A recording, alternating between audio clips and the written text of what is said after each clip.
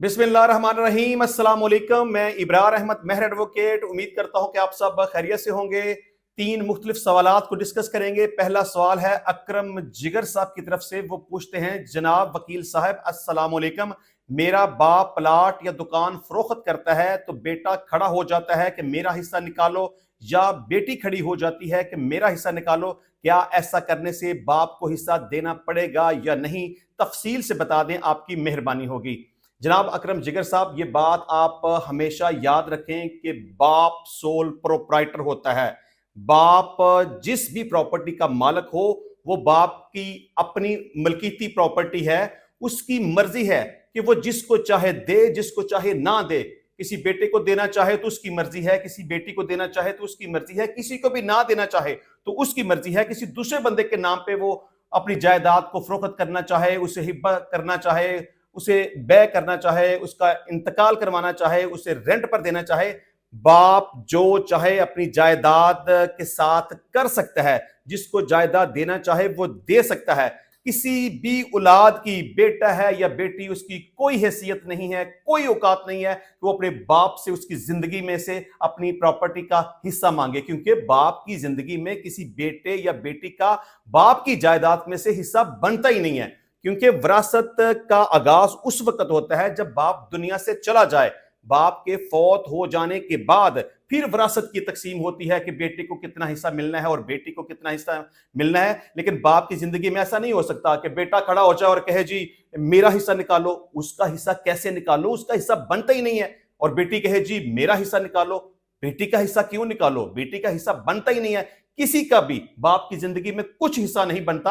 हाँ, बाप की अपनी मर्जी है कि वो अपनी जिंदगी में बेटे या बेटी को कुछ हिस्सा देना चाहे तो दे सकता है, लेकिन जबरदस्ती या ब्लैकमेल करके या उसे धमकी दे के ऐसा नहीं हो सकता। और बाप को हिस्सा नहीं देना पड़ेगा। बाप की अपनी मर्जी है कि वो किसी भी बंदे के हवाले अपनी जायदाद कर दे, किसी भी बंदे को फरोख्त कर दे, उसका इंतकाल करवा दे, उसको बै कर दे, कुछ भी कर दे। बाप की मर्जी है। औलाद में से कोई भी बाप के इस फैसले में रुकावट पैदा नहीं कर सकता।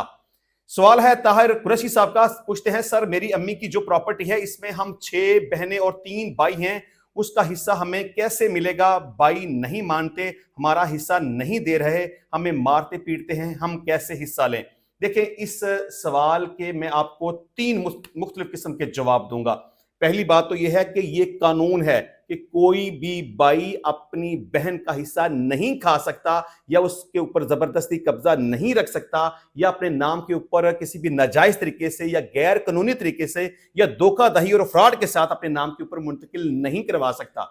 अगर इस तरह की कोई सूरत हाल है कि आपके भाई आपको मारते पीटते हैं या आपकी जायदाद के ऊपर उन्होंने नाजायज तौर पर कब्जा कर रखा है, आपकी प्रॉपर्टी आपके हवाले नहीं करते, तो आपको चाहिए कि मुतल्लका पुलिस स्टेशन में जाके एक अंदराज मुकदमा की एप्लीकेशन अपने भाइयों के खिलाफ दें कि उन्होंने आपकी जायदाद को हथियार रखा है और उसके ऊपर नाजायज तौर पर कब्जा कर रखा है, या नाजायज तौर पर अपने नाम के ऊपर मुंतकिल करवा चुके हैं या कि करवाना चाहते हैं। तो आपके भाइयों के खिलाफ FIR का अंदराज हो जाएगा और आपके भाइयों को जो आपका हिस्सा बनता है आपको देना पड़ेगा।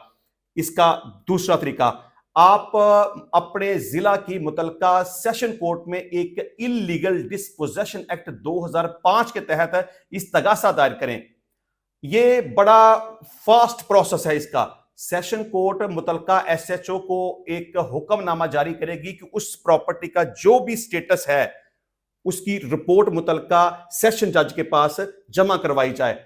तो जैसे ही रिपोर्ट SHO उस अदालत में जमा करवाएगा तो उस प्रॉपर्टी के बारे में यह क्लियर कर देगा कि उस पर कब्जा किसका है, या उसका मालिक कौन है, या जबरदस्ती तरीके से या गैर कानूनी तरीके से या ताकत के इस्तेमाल से किस बंदे ने उसके ऊपर कब्जा कर रखा है। तो अदालत सबसे पहले तो यह हुक्म करेगी उस SHO को कि उस जायदाद का कब्जा जो कि नाजायज उस जगह पे काबिज हैं, जिन्होंने कब्जा उसका छीन रखा है, उस नजायज काबज से उस कब्जे को छुड़ाकर जो असल हकदार है उसके हवाले किया जाए। और अदालत इस केस का पूरा ट्रायल करेगी, जिस तरह फौजदारी ट्रायल होता है, और इसकी सजा 10 साल तक कैद और जुर्माना है। और अगर ट्रायल कोर्ट ये समझे और अगर एविडेंस उन लोगों के खिलाफ आ जाए कि वाकई ही उन्होंने उस जायदाद के ऊपर नाजायज तौर पर कब्जा कर रखा है, तो अदालत एक काम तो ये करेगी कि उन कब्जा माफिया से, उन भाइयों से वो जायदाद वापस लेकर उन बहनों के हवाले कर देगी और उसके साथ साथ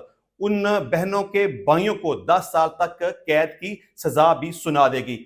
अब तीसरा सवाल है ईमान मलक का, पूछते हैं क्या बेटियां बहुत छोटी हों, क्या प्रॉपर्टी उनके नाम पे लग सकती है? जी बिल्कुल लग सकती है, इससे कुछ फर्क नहीं पड़ता। ये जरूरी नहीं है कि जिसके नाम के ऊपर प्रॉपर्टी जानी हो वो बालग हो। अगर बच्चे छोटे हैं, चाहे बेटी है या बेटा है या वो नाबालग हैं, तो कुछ फर्क नहीं पड़ता।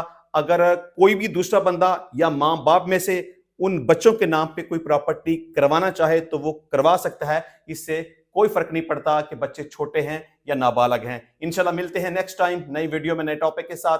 तब तक के लिए इजाजत दीजिए। अल्लाह हाफिज।